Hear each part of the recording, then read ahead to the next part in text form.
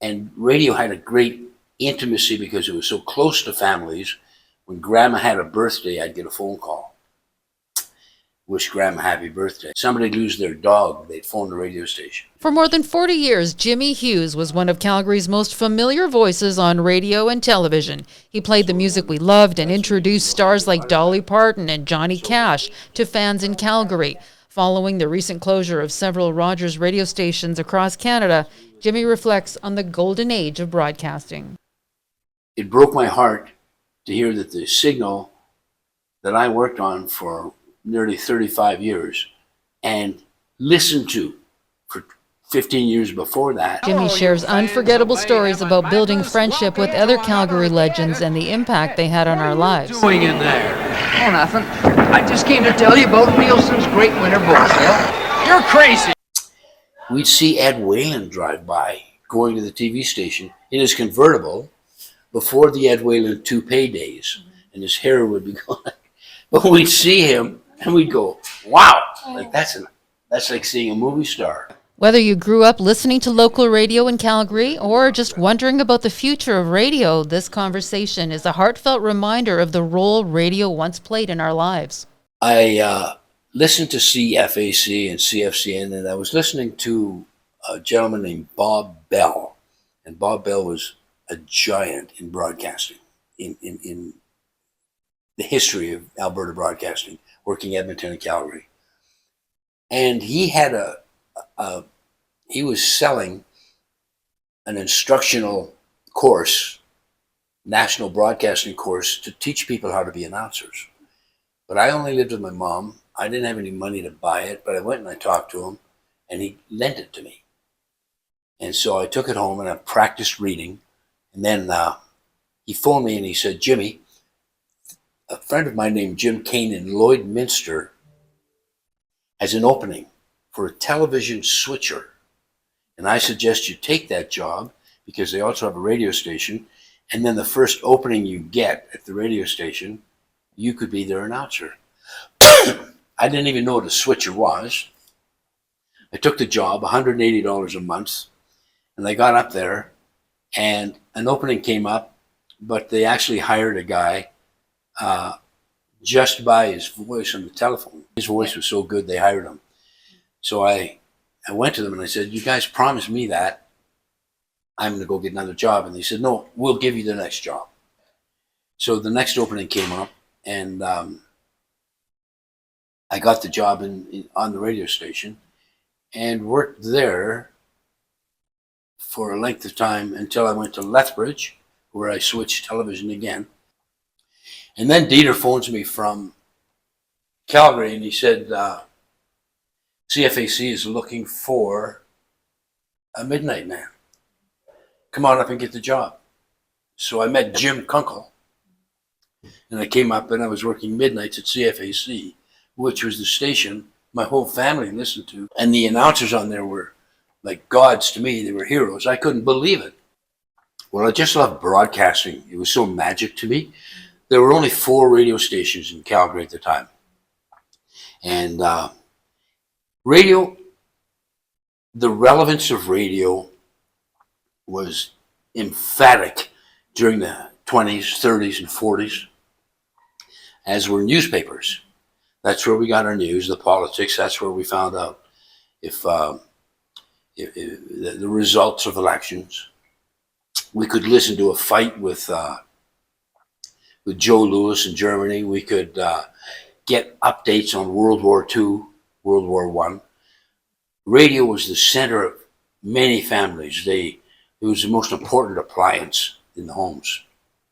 Often they were their big maple stand-up radios, and there was theater on radio. There was the Green Hornet, Hopalong Cassidy, and Armis Brooks, and many great radio theatricals on the air. And that there was no competition. There wasn't television at the time. There wasn't internet at the time. So radio was it. And I was fascinated. I couldn't believe that I could speak into a microphone and someone who was harvesting wheat in Stettler could listen to me. And radio had a great intimacy because it was so close to families. When Grandma had a birthday, I'd get a phone call. Wish Grandma happy birthday. Sing happy birthday to Grandma. Somebody'd lose their dog, they'd phone the radio station. We'd have the Calgary Stampeders on radio. And there was another team, the Calgary Stampeders hockey team we had on. So radio at one time was the only player in the game, and it was huge. It was so impactful and such an emotional type of radio. Would make you laugh, it would make you cry, and it was an enormous part. It was like you couldn't imagine. You hear this voice on radio, and in your mind it might be somebody who's 6'4" with brown hair and handsome, and it could be a skinny little guy with no hair, but the sound. And so radio has the power of imagination. We use it for sales. We'd go to a business with our microphones and say, come on down, we've got this furniture for sale, these cars for sale. But it was so relevant to the commerce, and it was so relevant to the lives of who people listened. And the people were loyal. So what would make them listen to one station or another would be the format. It might be the music. In 1970, I think it was, CFAC changed to country music. Prior to that, CFCN had a gentleman on who was a hero in country music. His name was Darcy Scott, D. Dogie Darcy Scott. My grandpa listened to him. He would play all the raw country of the 50s and 60s. He'd bring the talent into the Jubilee Auditorium and introduce them. Country fans are mainly very loyal. So we turned to country music, and then we picked up that the loyalty of that audience. And then the impact of radio, as newspapers, there got to be more competition, and it got to be less and less important. It wasn't the go-to in a person's lives. Now, think of it as a radio. Clearly, the whole purpose of radio and newspaper is to generate dollars. The way you generate dollars is to attract people who are using your product. People are subscribing to your newspaper, or people are listening to your radio station. The more people that this radio station could gather listening, the more much money they could charge for the automobile dealer, or the Bay, or Simpson Sears, or a steakhouse. The more people, if they wanted to expose their message to more people, they went to the station with the most listeners. But that listenership got diluted because of FM signals. I think in Calgary now there are 19 FM signals, but there's still just that one pie of commercial dollars. But the big one, internet, came in. So now people can listen to the music they want, anytime they want, find the program they want, anytime they want. And now radio has not got the same leverage or appeal that it once had. It's funny you mentioned listen to it anytime you want. I can remember calling up CFCN and requesting a song to be played. Exactly. Because you had to wait for that song to be played. Yeah. And radio it's very intimate. And you know, we had, when I worked there, this will mean nothing if you're 50 years older or under, or 40 or under, but in those days, Ed Whalen, everybody's heard of Ed Whalen. I worked with Ed Whalen. I'm a 20-year-old kid working with my hero, Ed Whalen. Worked with Ned Corrigal, Lauren Ball, Bob Bell, Foxy John, Joe Carberry, all these giants in radio. And they all gave me, they all showed me, they treated me as a peer. And they'd already established. At one time, 1 out of every 3 radio stations in Calgary would have been on CFAC or more, almost 50% actually at one time would be on CFAC. Then television came in. Well, television's picture radio. And of course that took people's attention. But people's habits, you wake up in the morning, the first thing most families would do would be turn on the radio. I want to know what the weather's like. I want to know what the news has happened overnight. What happened in the trenches in World War II. Where were our Canadian soldiers? And then they get the weather off of the radio. And the similarity with newspapers was at one time, every night, my family would grab that newspaper and they'd be going through the newspaper, cover to cover. And the newspapers were that thick. Now, the newspapers are this thick. It's not value that it was. It can't deliver possible customers like it could at one time when more people looked at it. Another thing, I went to Rideau Park Junior High, and it was on Rideau Road, the TV station. Mm-hmm. Walk down the street. You remember that? It and was, so yeah. I'm maybe 11 years old, Yeah. 12. We'd see Ed Whalen drive by going to the TV station in his convertible before the Ed Whalen toupee days, and his hair would be gone. But we'd see him and we'd go, wow, like that's like seeing a movie star. Yeah. And then we'd go home and watch him. And then we'd go to the TV station on weekends for teen dances, and we would jive on the TV station. And in those days, 3 TV stations, every house had an antenna. TVs were black and white, and people who were on TV, it would be unbelievable to even see Ed Whalen shopping. Hard to believe. So I first saw the guy when I was just over 10, 11 years old, and I had the honor of doing his eulogy, being a pallbearer, and had a lifelong friendship with him. When I was 6, 7, 8 years old, I listened to Eric Bishop doing the play-by-play. I was just raised by my mom, so I had no idea. I had to figure out what 3rd and 2 meant, or what were the scrimmage lines, what was a play-action pass, a handoff, and who the players were. And I'm cheering for the Stampeders, and you got the crowd sound behind it, which is electric. And people, when they hear clapping, it brings them up, and they know something good's happened. And Bishop, in his voice, he would just get so excited and a good play, or so critical on a bad one. They score on you or you score on them. But I would be glued to that radio. And I was so passionate about radio. In my condo where I live, I've got about 9 radios that have tubes in them that are only AM on the top of my cupboards, and that still function, but are outdated. And but the energy was there. But it's just that radio, music is emotional. Music will make you laugh or cry, or remind you of somebody special, or some special moment in your life. Maybe the song at your wedding. But when you hear that, it stops you. Your brain will stop and go, whoa. And we have our favorite songs. And in those days, before we turned country, or even as a DJ, we had 45 records. And we'd wait every week. Johnny Cash would release a song. He would go to the top of the survey. It would be coming down. And then we'd wait for his new one that would be coming in the mail. And we'd listen to Johnny Cash's new song.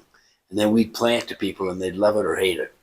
And subsequently, Ring of Fire was a #1 country hit. This is 50 years after that. You hear Ring of Fire, you're going to go, I love that. And it's a touch point. It's emotion. And it draws people into the game. We've had baseball, we've had football and hockey all on radio, and people just get glued to it, and they love it, and they get involved. It draws them in. even if it's not their regular radio station they listen to.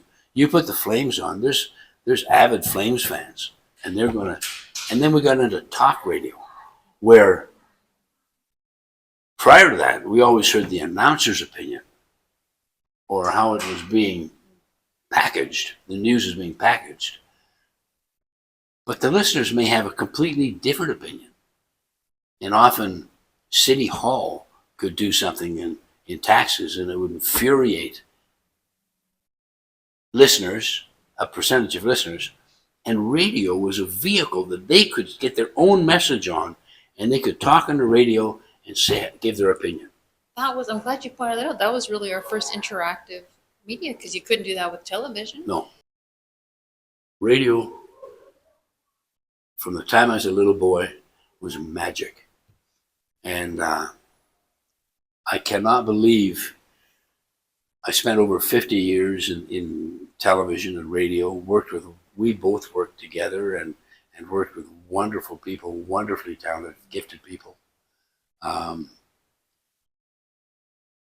Thinking that I also sold radio. So I was doing a morning show. And normally the morning show was the most listened to show because people getting out of bed. So it was the highest cost for a merchant or a product. It would be in the morning. But I found out, I was raising 2 children, and I found out that the lowest paid salesman made more money than I did. So I went to my programmer and I said, I want to sell radio instead of be on radio. And he was a huge impact in my life. One of the most emphatic influences I ever had in my life was Jim Kunkel. He was the godfather of radio in Alberta, southern Alberta. And he looked at me and he kind of chuckled and he said, well, you can't. And I said, well, why not? He said, well, you're our morning man. And I said, yeah, but they make more money. Well, you can't go into sales because you're doing our morning show and you're an announcer. And I said, he said, you're a good announcer. And I said, well, pay me more then. And he said, you're not that good. But then I got into sales and I was selling radio and on radio. So I could go to a company like Majestic RV and say, would you like our radio station to come with microphones for your sale to tell everybody on Saturday afternoon to come visit you? And he'd say to me, yeah, I'll buy it, Jimmy, but you have to be the guy that's going to do it. So I would do it. So I'd get paid for being an announcer and I'd get paid for being a salesman. I just loved being a part of it. And The on location. all that because, on location you meet the people that listen to you and they don't, until they know you. When I was on TV, so they recognize me. But a lot of people wouldn't know you when you'd meet them on location. Last weekend, my daughter Jody, who is on television on CTV, does the morning weather. So Jody and I last Saturday, once again, emceed the Chinook breakfast, which is the biggest breakfast in Calgary. Last year, we served 26,000 pancakes and set a world record. I don't know what happened this year, but we're talking to about 20,000 people. And I started doing that 40 years ago. And I remember doing it. I've got photos of Al Dewar with me doing the Chinook breakfast. And so, in my life, it got me deeply into the community.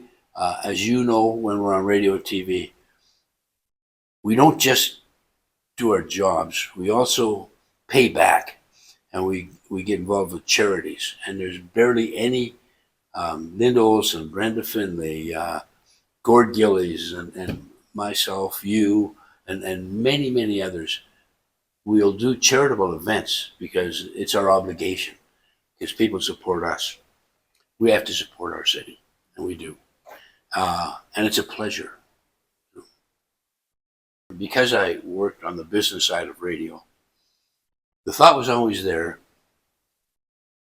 You couldn't have that many signals and be profitable, because when I got in the business, 4 radio stations, all AM, and if you look at the marketing dollars available for that advertising, it would be logical that each station would be entitled to 25%.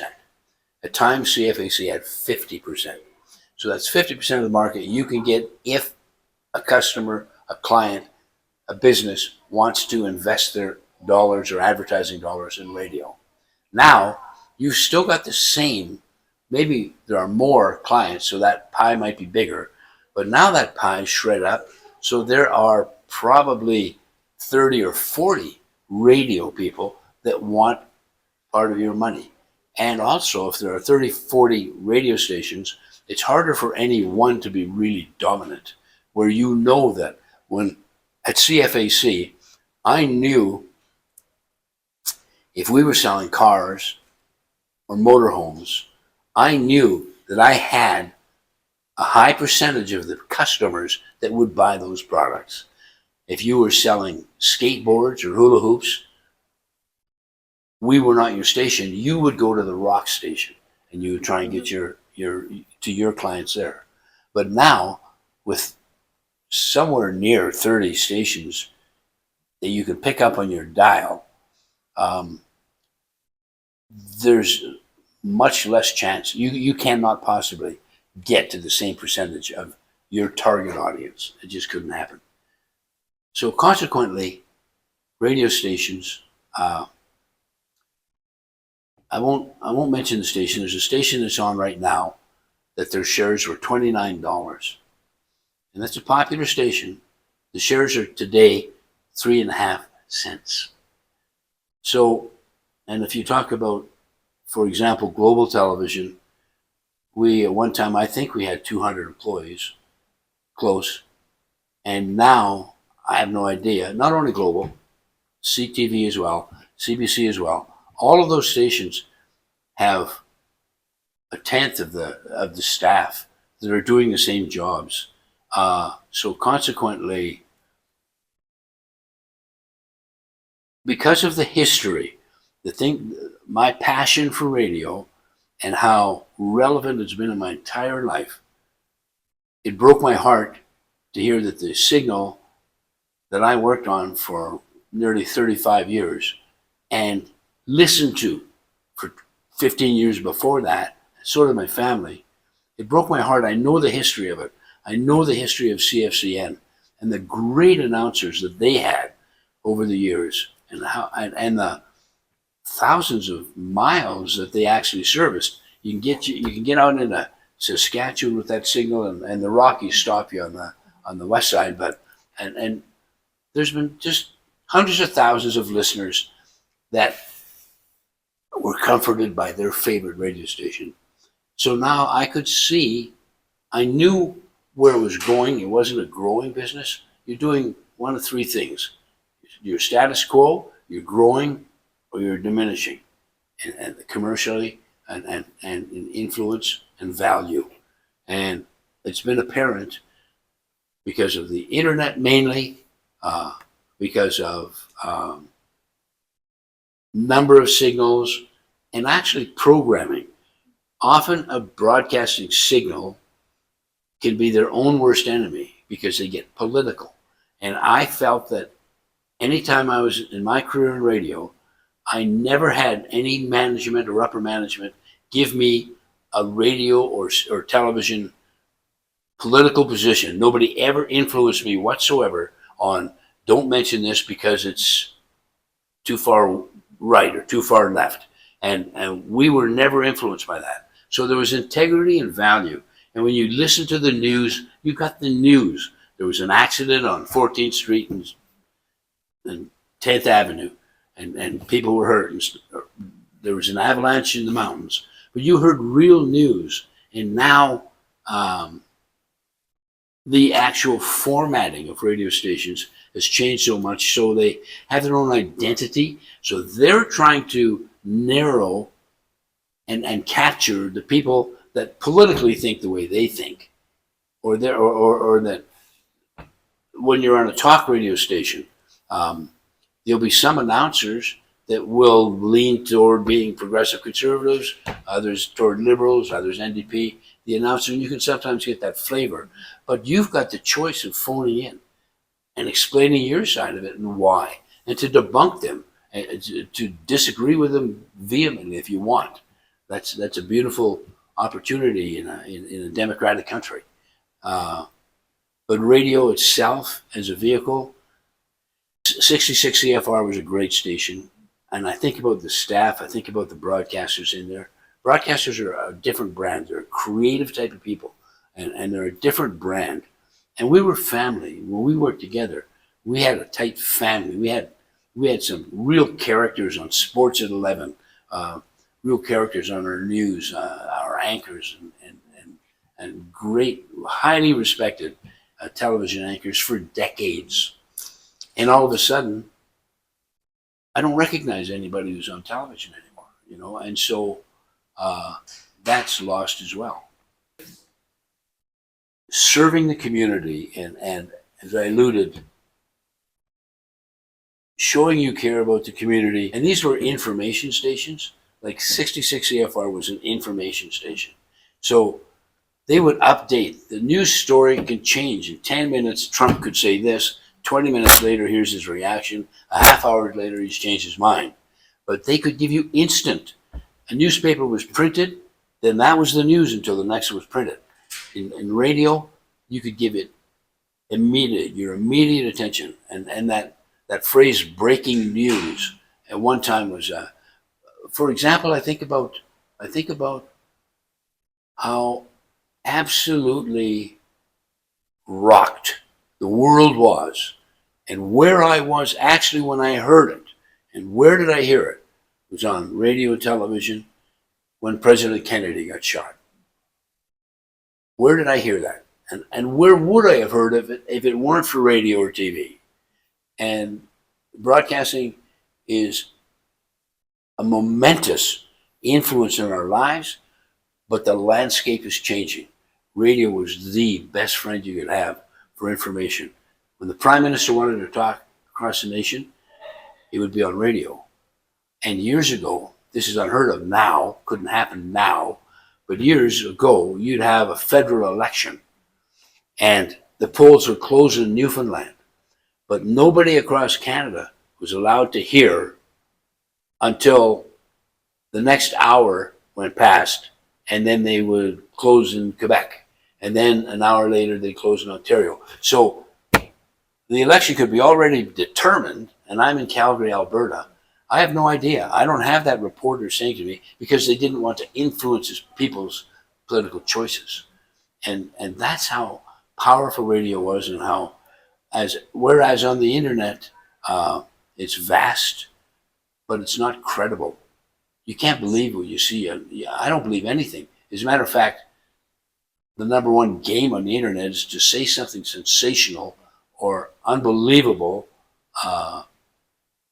unthinkable, just so you get someone to just follow your headlines. And then that person who put that on there, knowing full well it's false, they get paid.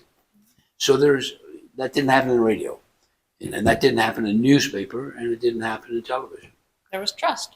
Yeah. I think that's where I think society's a bit lost right now. Trust. The Huge trust. Can it be rebuilt? Do you think, is there a place for radio going forward? Not in my mind.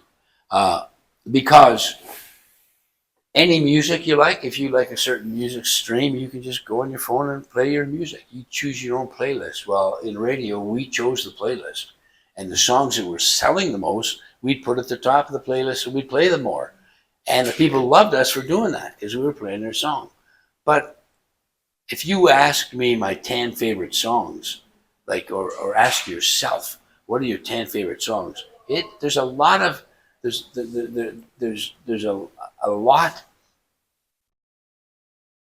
choice there, And it's such a variable. Your answer today might not be the same as it is in 3 weeks. And so if you could make your own playlist, but the convenience of radio years ago was, as I mentioned, we programmed it for you. Now you can play your own songs. You can find your own news. You can, but the most important aspect of it, you just described, and that is you go on the internet, you cannot trust. You don't know. Any image, anything. You don't know the motive of that person. Why are they doing that? And why do people, I can't understand. I just don't understand how people will go on and take advantage of seniors, will do these con jobs and steal their money because they got into their internet. And it's very, very complex. It's very cruel. It's very insensitive. There's no policing. There's no consequence. There's no consequence. Guys can drain billions of dollars out of an economy in the United States of seniors, billions, and there's no consequence. That's the way the world is. And now I loved our world when it was more trustworthy. I love our world. I love every day anyway. I worship every sunrise. But would I change the way people act? Would I change some of the influences we have? We have the benefit of the internet that can be great if you're doing research on the internet. But now you've got AI. You don't even have to do your research. One of my favorite and most popular DJs was Ned Corrigal. He did the morning show. I took over his morning show. I didn't. When he retired, they placed me in. He signed off every day when he'd say, "Don't forget to smell the roses." And I always think that if you can do anything to have impact to make another person's life better, and I don't care if it's on radio or if it's on the street, if you can lift somebody out of their depression or out of take stress off them, we don't know what other people are carrying. I will not disrespect anybody. I don't know what that person's problems are. Even people who are drugged, they have issues. I'm not going to complicate their issues. I loved the force of radio because it was an uplifting force. That's what I could do. I could make people happy. I could talk to people who were sad. I'd have people call me I'd play I'll Be Home for Christmas, and they'd be in tears because they couldn't be home or their mama died since the last time they were home. And it's emotional, but people would actually talk to the radio announcer and open up because it was safe. And I just felt that all the positives of radio, I think radio brought more joy and more fulfillment and more information and served the community. And it's what makes a community, actually. If you have that privilege to be in that position, you have to respect that because you're very privileged.